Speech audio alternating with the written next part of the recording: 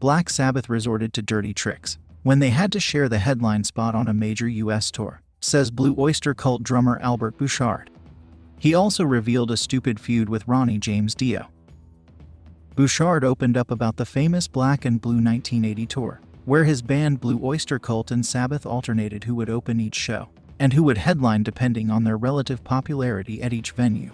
Clearly, this was asking for trouble, although the Blue Oyster Cult drummer says that it was the other band who caused the problems. He said, "It wasn't okay. It was not fun. I loved Black Sabbath. I idolized Ronnie James Dio. But there was a lot of tension.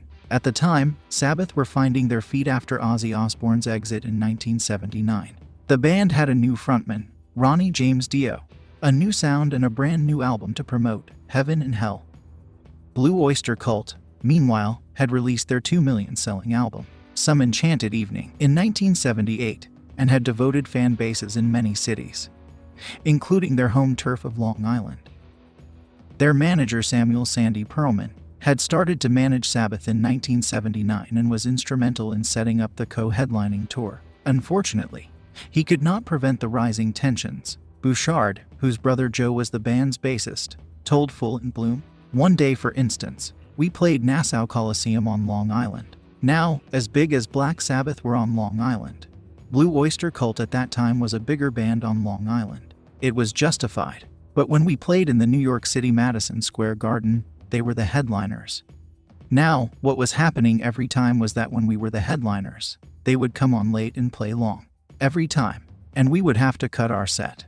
I think that they tried to sabotage us when they would open by going out late and playing long."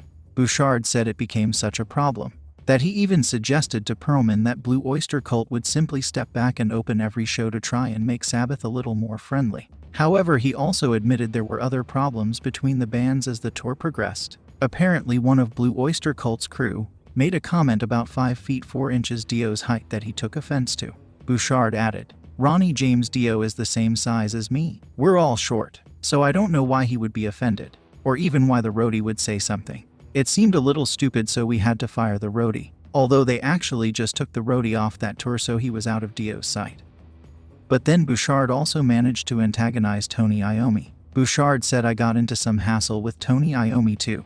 I was playing my guitar in my hotel room, and he was next door. He was mad. It's like he's got a hot date, and I guess I was breaking the mood. I was playing Steely Dan songs and he couldn't handle it. In contrast, he got on so well with Sabbath's drummer Vinny Appice, that have been close friends ever since." Bouchard himself left Blue Oyster Cult in 1981.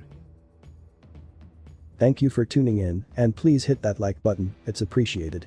Make sure that you subscribe for more rock-related content.